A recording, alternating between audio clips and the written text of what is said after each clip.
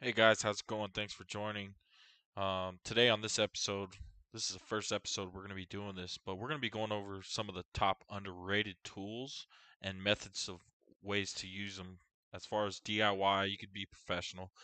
I mean, most professional guys are going to know about these things, and you could search them yourself, but you have to know about it to search it. So this is a good way to get your feet wet and let's dive into it. So today, so I have Amazon open, and I'm going over just some cheap tools that make the job easier, make your life easier, whenever you're doing DIY stuff on your vehicle. So right now I have a radiator pressure test kit. Now this test kit is awesome for finding the leaks. Um, Say you have a just a pinhole leak, this thing will find the leak, and we'll have a video on how to use it.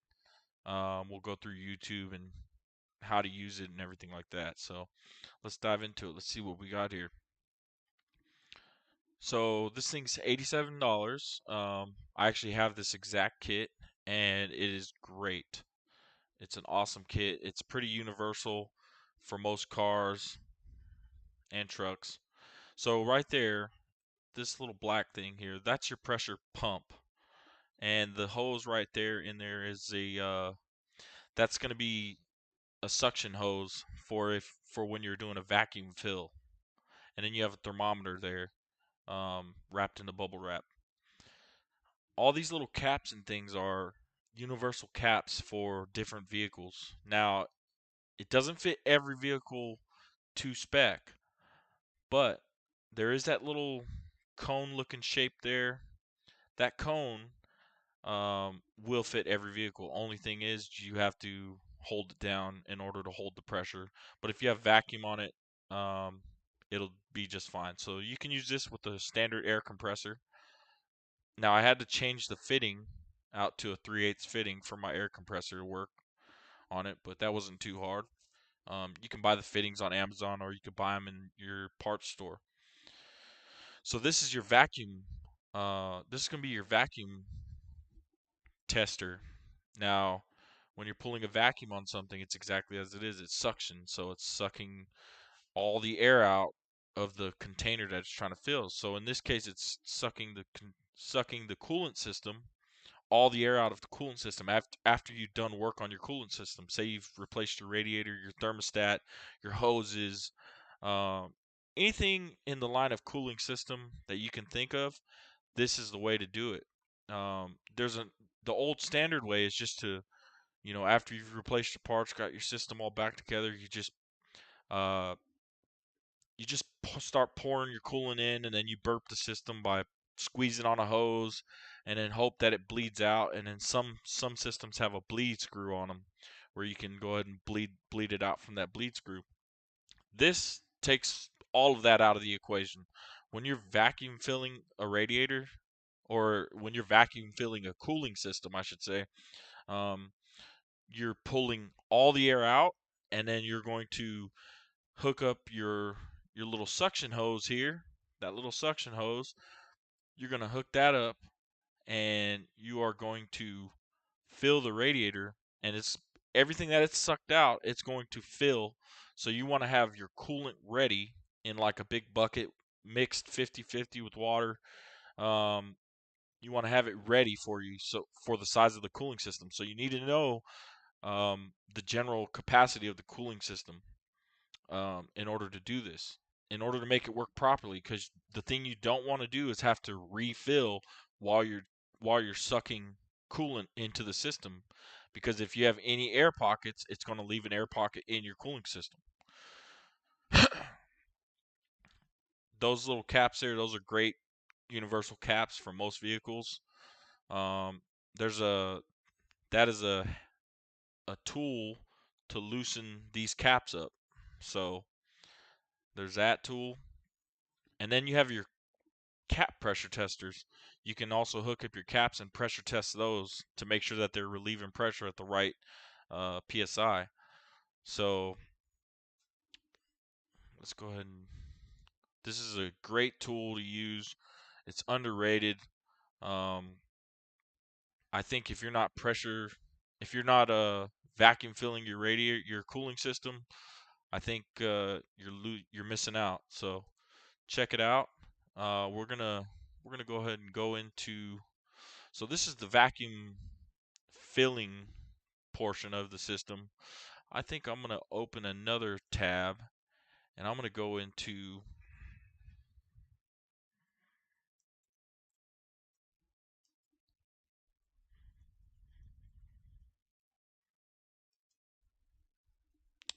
I'm gonna try and find that pressure test kit and see. So this is some different varieties of this kit. Now I have at least 3 of them. So I have this one. This is just a cone shape, and you use these rubber adapters to adapt into it. And then I also have one similar to this, but this one is definitely underrated for $87.50 on Amazon, and it's great for DIY stuff. You know, if you're working on your cars, definitely want to get that. So let's see if we can't find the video that supports this.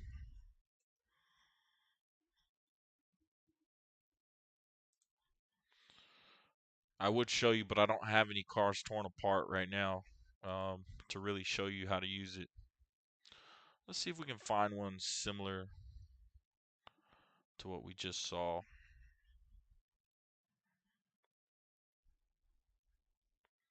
All right, yeah, we'll go into this one because he's gonna pressure test it. So. You've got a tough job to do, and you've got a team of people who are hardworking. Blue wants to say hi. Oh, he's got his cat on there.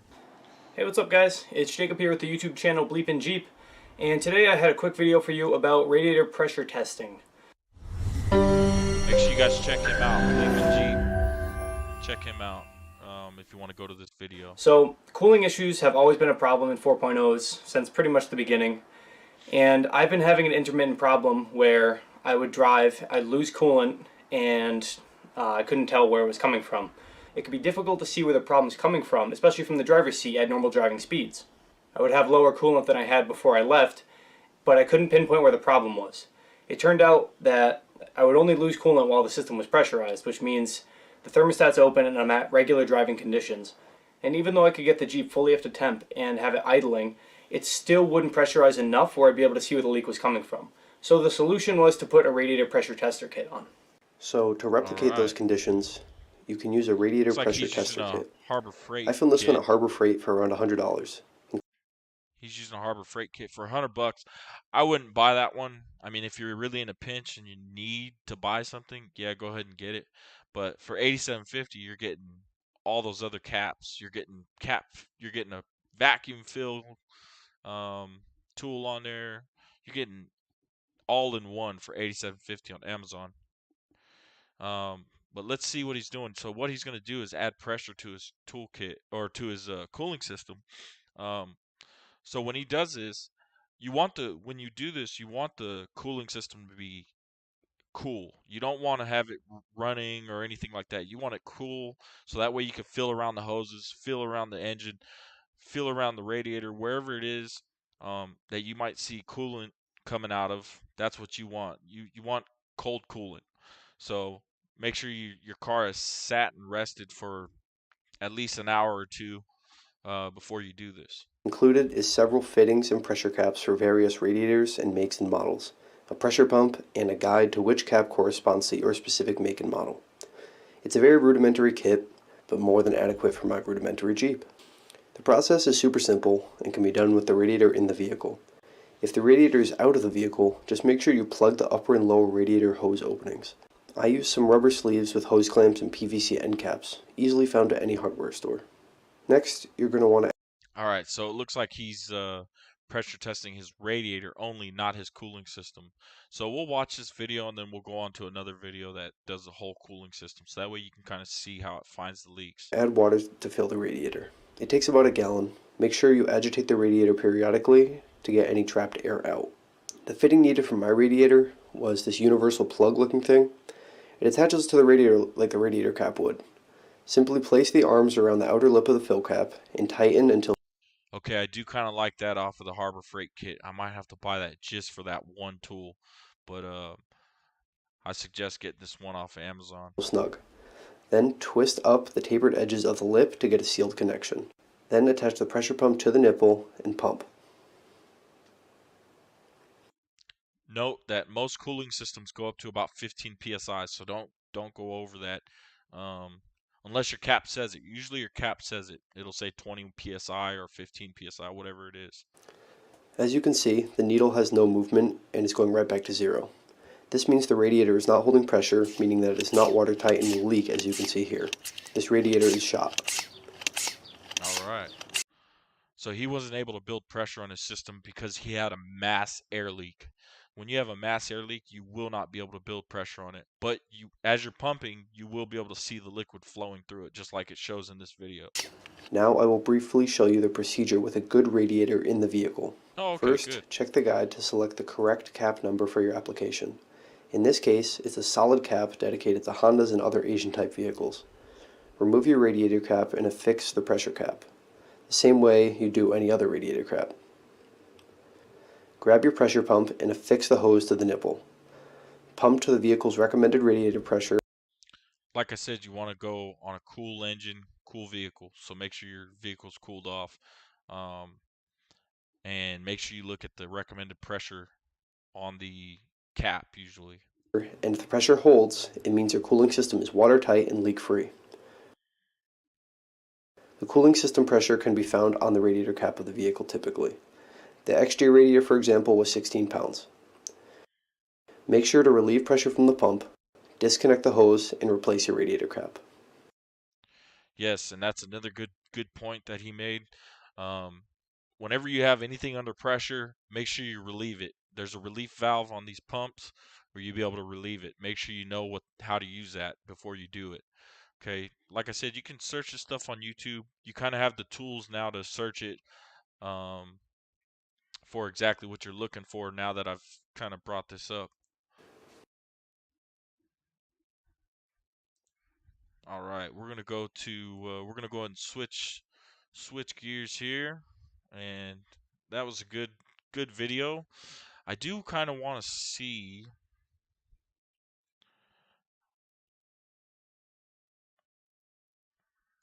I do want to see one with an active. Introducing the Victor electronic mousetrap. A thoughtful approach. Alright guys, make sure to check out U-Wrench. Hi guys, and welcome to U-Wrench. Today we're going to be doing a radiator pressure test using this kit here. This is especially useful if you suspect that you've got a leak somewhere in your coolant system. This is an ideal place to start, and these kits aren't very expensive. So let's take a look in more detail. So this is the kit we're going to be using today for the sake of this video. This is an inexpensive DIY kit. You can buy these for around the $50 mark on eBay or Amazon, which is about £35, €40, somewhere in that kind of price range. So these are an ideal kind of a DIY solution for doing this. You can spend hundreds on buying very, very posh kits. So they've got loads of adapters, more adapters than you can ever need. But a cheap kit like this will do the vast majority of the cars. So these. Okay, he said hundreds. Now, like I said, on that Amazon kit, $87.50, and you're getting a load of adapters and different tools. Definitely recommend that. Definitely check that out. These are actually fairly simple. They come with a range of adapters. So these either screw or clip onto the ends or onto the top of your radiator, where your radiator cap normally goes. And what you want to do is ensure that the kit that you buy comes with a cap that is going to be suitable for your car. Now in this particular kit, we're working on a Dodge Grand Caravan today, and quite surprisingly this kit doesn't actually include an adapter that will fit that car. However, they do come with these this little multi-adapter right here, which you couple up with these kind of plungers here at the back. They come in 3 different sizes, as you can see right there. So this is the solution that we're going to be working with today, which is kind of the hardest solution. So we're going to be showing you your kind of worst case scenario. Hopefully for your particular car you'll just be able to pull one of these straight out of the box and screw it right on, and away you go. But do bear that in mind, we're going to be doing the slightly harder work around today. Now the reason why you might not spot a leak from your radiator is because it might not leak when the system's not under pressure. So you might leave your car on the drive overnight and come back and there's no drips whatsoever. Take it for a drive and you've lost half your coolant. That's because the system is pressurized, and that leak might not become apparent until the pressure is actually built up in the system. One very important thing to realize, as you can see on this particular one, the radiator caps, they tend to have a PSI pressure rating. You see this one says 16 PSI. That's a very common, 15-16 tends to be the most common for these types of cars, but you do want to check that, because when we do the pressure test, you want to make sure that you're testing not beyond the limitations of the cap, and there's a good reason for that. So basically, the importance of the radiator cap is the way the coolant kind of travels around the cooling system of the car. It will leave the radiator from the bottom hose, it will travel around the engine, and via the water pump will eventually come out to the thermostat, which you can just see down there. It's got a little cross on top of it. The thermostat in turn connects to this chunky radiator hose, which we can see right here, comes up all the way across and goes into the top corner of the radiator right there. So that's returning the coolant back into the radiator. However, if there's a build-up of pressure in the radiator due to heat, then sometimes this coolant can't be circulated back into the radiator, and that's where this little arrangement comes into play. So what will happen if there's a build-up in pressure in the system? This cap's actually got a pressure relief built into it, which is why it says 16 psi. So as soon as it hits 16 psi, air will slowly start to seep out of this. It's actually got a, if you look at the cap itself, it's actually got like a little spring-loaded pressure relief valve inside it. And what will happen is that will slowly release pressure, and that will allow the coolant to come up, and it will actually come out through this hose on the side, which, as you can see, leads back down to your coolant reservoir. Okay, guys, one little tip that I want to give you, since he was on the cap, radiator cap. All right, if you're having mixed symptoms as far as like overheating occurring, and it only overheats when you drive it, or things like that. If you don't know how to troubleshoot your cooling system like a professional, and you're just kind of throwing parts at it, start with your radiator cap. That's the best tip I can give you. Start with your radiator cap. It's going to cost you like 10 to 15 bucks, maybe even less, maybe a little bit more, but start with your radiator cap, change that out, because if that thing is not relieving pressure and it's building up too much pressure, it'll give you all sorts of issues. So if you need help finding that or figuring that out, I mean, you got that right there. That's a good tip for you. And that kind of keeps the whole thing circulating. So when you do your pressure test, you've got to make sure that you do not exceed the pressure that the cap is rated for, because the radiator won't be, you know, if you've got it rated at 16 psi and you go and bang 45 psi through it, you're going to start damaging other components. The system's only designed to take 16 psi, at which time this valve should open up and release the pressure. So that's the maximum pressure that should be in the radiator at any one time. And here's the pump that comes with the system. So what we're going to do in a moment, we're going to use this pump to put a pressure into the system, and on the end of it you'll see we've got a quick release valve that will release pressure. And most importantly, once you've got your cap in place, this actually snaps onto the end of it, like so, and then you're going to pump the pressure into the system until you get to we're going to keep it under 16 psi, which you can see where the blue turns to the red. The instruction manual for this particular set recommends you go to about 13 psi, which is probably somewhere about right. Remember, we want to keep under 16. So you screw that on, clip that on, and put the pressure on. As I said, we're going to be doing it with the little workaround tool, because this particular set won't fit a Dodge Grand Caravan. So I'll show you how to fit this on next. So get rid of your radiator cap. A lot of caps, you need to undo them and then press them to undo them further. So you'll kind of undo it, and it won't come off, press it down again, twist it even further, and then the whole thing should lift off like so. Now, as we're using the little workaround tool today, because we don't have a cap that will fit directly on here, got to find the correct size plunger that's just going to stop any air entering the system. And on this particular car, that's going to be the medium size. So just grab this little tool, and we're just going to spin this up inside like so, making sure that the arms can still open. That's perfect.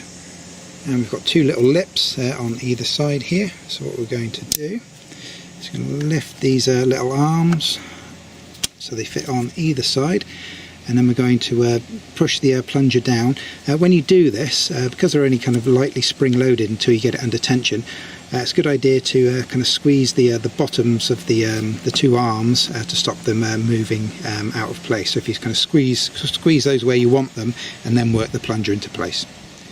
So now we'll twist the plunger down until we make contact, like so. And then, whilst keeping the pressure on the sides, we'll use the little kind of a dial on top just to get that nicely tightened up. It doesn't need to be crazy tight, because if you over tighten it, it's likely to pop off, but it needs to be tight enough to create a vacuum. Once it's kind of under pressure, it will kind of suck itself closed, if that makes any sense. So that's on there fairly. You seem like a good man, Corleone Snow. Would have been nice to meet you under different circumstances. Sturdy. Now we're going to attach this next, but what you want to do before you do this is make sure that you've got a drip tray ready under the car to catch any coolant that does leak if you do have a leak in the system. So obviously it's going to go all over the floor, so make sure you've got the drip tray at the ready before you apply pressure. So now carefully just push the pump onto the tool like so. And so now we'll just take him up till we get to about 13 psi. If you do find you get an immediate air leak, do check the plunger that you've just screwed down, because if that's not seated correctly, obviously you'll hear a hissing noise coming from that part of the assembly. But assuming that's okay, we're just going to keep pumping this up, and just under 10, I'm going to take this up to 13. So here we are at 13 psi, and as you can see, we absolutely, as suspected, have a leak on this radiator. So this is an ideal kind of example of the pressure test being successful, if you like. Successful in that it's proved that we do have a leak. Not that that's particularly good news, but at least we can go ahead and take the appropriate steps to get the car repaired. Okay. So I had this up to 13, but as we know, we've got the leak, so obviously the pressure's slowly dropping. So once you finish your test, all you want to do is press the little pressure relief valve on top. That will drop this gauge back down to 0. And there we go. And then we can just disassemble this and break this down, and we're away. So that is how you test your radiator for leaks using one of the cheap, inexpensive DIY. Alright, so that was good. Definitely a good video. He didn't kind of try to get in there and show where the leaks are coming from, but that's fine. It's obvious that it was coming from like his radiator. So another thing to use the pressure test, some people just use vacuum to, once they get their car repaired, once they replace the leaking parts and everything, you can use vacuum and it'd be just fine.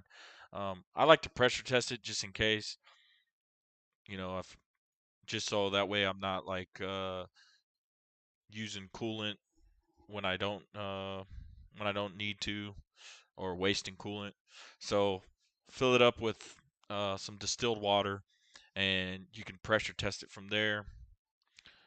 Or you actually filling it up, you'll end up doing double the work. So don't do that. But pressure test it. Listen for hisses. For anything hissing, you're gonna listen for air coming out or anything like that. Or you could just do a leak down test on it. So a leak down is where you fill it up to whatever your max rating is, 15 psi or so, and you just watch the gauge. And if it leaks down, then you know you have a leak. And that's when you go and find it. And then I'll go into the vacuum. So we're going to go into the vacuum filling portion, and that's the vacuum fill tool. This kit that he was using did not have that. This Amazon kit, though, has the vacuum fill tool. That's your vacuum fill tool right there. You need a compressor if you're going to do a vacuum fill.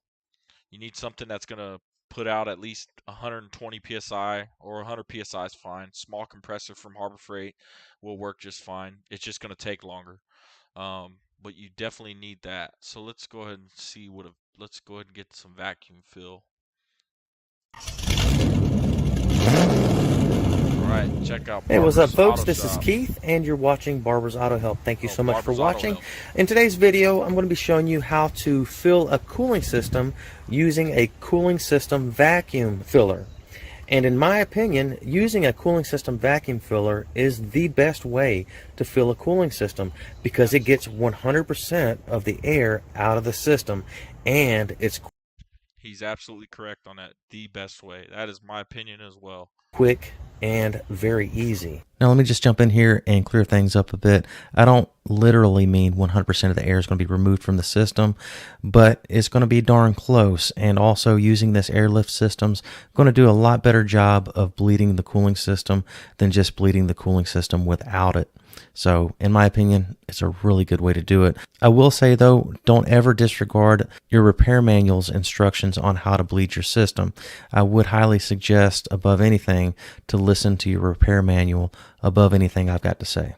That being said, a lot of repair manuals Definitely use your repair manual, and if you have a bleed screw, you can bleed it manually after you do this vacuum fill.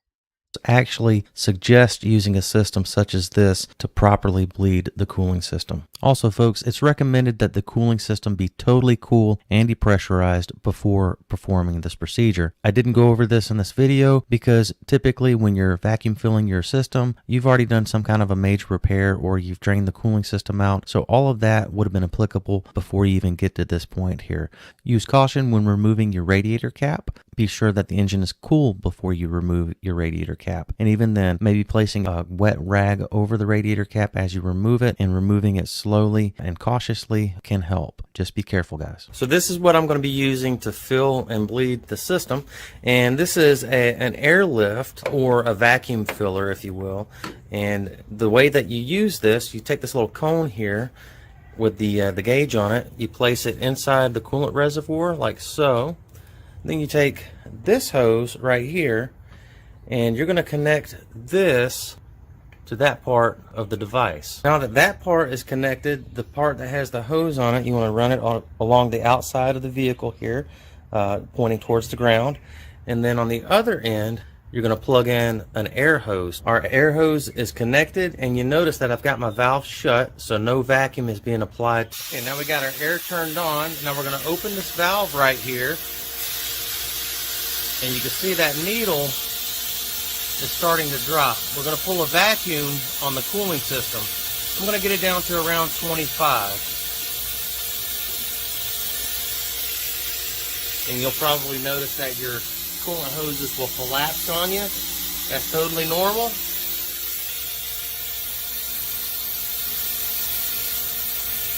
Alright, once you get it to about 25 or in the green zone there, go ahead and shut your valve off. Okay, so our valve is off, and it's actually been sitting here for just a little bit, and you can see the needle really hasn't moved very much at all, and that's a good indication. That means you got a good tight system. Now if you do start to see that needle drop, that usually means that there's a leak somewhere.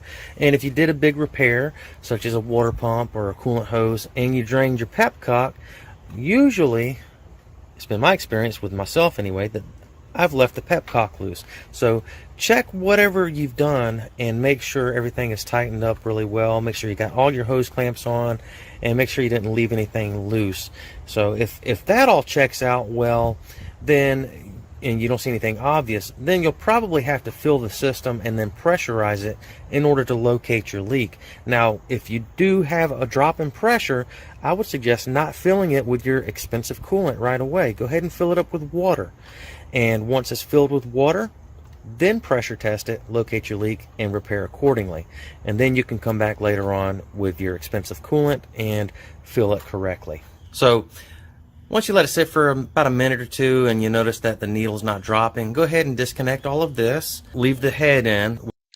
He says a minute or two. I'd say try about 30 minutes. Usually when you're vacuum testing things, you want to make sure it's about you want to make sure that thing's holding. So About 30 minutes because vacuum can leak kind of slow. Um, so I'd say let it sit for about 30 minutes. And you don't have to sit there and watch it for 30 minutes, but just let it sit there. Let it make sure you know exactly where the gauge is and make sure your valve is closed. I make that mistake all the time where I forget to close my valve and I end up turning the compressor off and start filling back up. Then I got to redo it. But make sure your valve's closed once you reach the maximum. Sometimes you won't be able to get all the way to 25. So anywhere between 20 and 25 is just fine. With the cone, leave that part in there, but disconnect your apparatus on the outside here. All right, so we just have the head of the tool stuck in there for right now, and we're going to take this hose here, which is the hose used for filling the coolant. This end right here goes into the gallon of coolant. This end goes towards the head of the tool here, and I'll go ahead and hook that up. Okay, so we got our hose hooked up here, and the other end of the hose is going into our coolant container, and you can see that. Okay, I don't like using just a coolant container. I use a 5-gallon bucket for mine, and I fill it up to usually cooling systems like some of the medium-sized cooling systems, like 2 to 2.5 gallons. Um, but get the specification if you can, and like I said, you don't want to suck air at this point of the vacuum fill. It's all the way in the bottom there. See it moving around there? You want it right there. Now what we're going to do is we're going to open up our valve here, and you'll see that it's going to immediately suck coolant into the cooling system. And you really want to monitor your coolant while you're doing this. Make sure if you have a 5-gallon bucket, make sure that hose stays down at the very lowest point of that, and it's sucking from the bottom because you don't want it to float up on you and start sucking air again. So we are filling at this time. Now, while that's going on, keep an eye on your coolant level in your jug. Once it gets really close to the bottom there, and you do have the hose at the bottom, shut it off because you don't want to start sucking air, okay? So once it gets down around that area, down yonder there, I'm going to shut it off. And then I'm going to fill this container back up with some water, and I'm going to chase this concentrate with water. And notice before I take the hose out of the jug, I shut this valve off, so that keeps the vacuum held in the system while I go fill up this jug with some water. And you can see I still have a little over 21 in there right now, so we got a ways to go. So I'm going to get some water, and then I'm going to proceed to add water to it. So we got our water in the jug there. Let's go ahead and open our valve back up again, and we're going to chase that coolant with just plain water. And you can see that the pressure is dropping pretty rapidly. That means that I'm getting close to full, and I may need more than just a gallon of water to fill this up. So I'm going to shut this off and grab some more water. So I got a little extra water there. This is actually going to throw my 50-50 mixture off. It's going to be more like 40-60 now, but I'm just about full, and I don't have any more coolant, so I got to make do with what I got here. I'm going to go ahead and finish the project with what I got. But ideally, you want a 50-50 mixture. 40-60 will generally work in most places. I mean, unless it's super cold, you don't want it to freeze and bust a freeze plug. But 40-60 is just fine. You see that this is going down, and your hoses are fat again, and it looks like we have stopped. So now we're full, and we just disconnect everything. So we have our coolant filled up. Go ahead and put this radiator cap back on, or coolant cap. Well, folks, that is it. Thank you so much for watching. If you have any questions, comment down below. Be happy to get back to you. Also, please read the entire description of this video before you apply any of this knowledge. I may have to clear some things up down there. Please read that. Also, there'll be a disclaimer at the very end. Please read that also, guys. Thanks. All right, that was a good video. So I think that's about covered everything as far as pressure testing and vacuum filling. I was going to go over some other tools, but I have to do that on another episode. because we've reached about 35 minutes. So thanks for watching, guys, and have a great day. And hope you guys find this video interesting and helpful.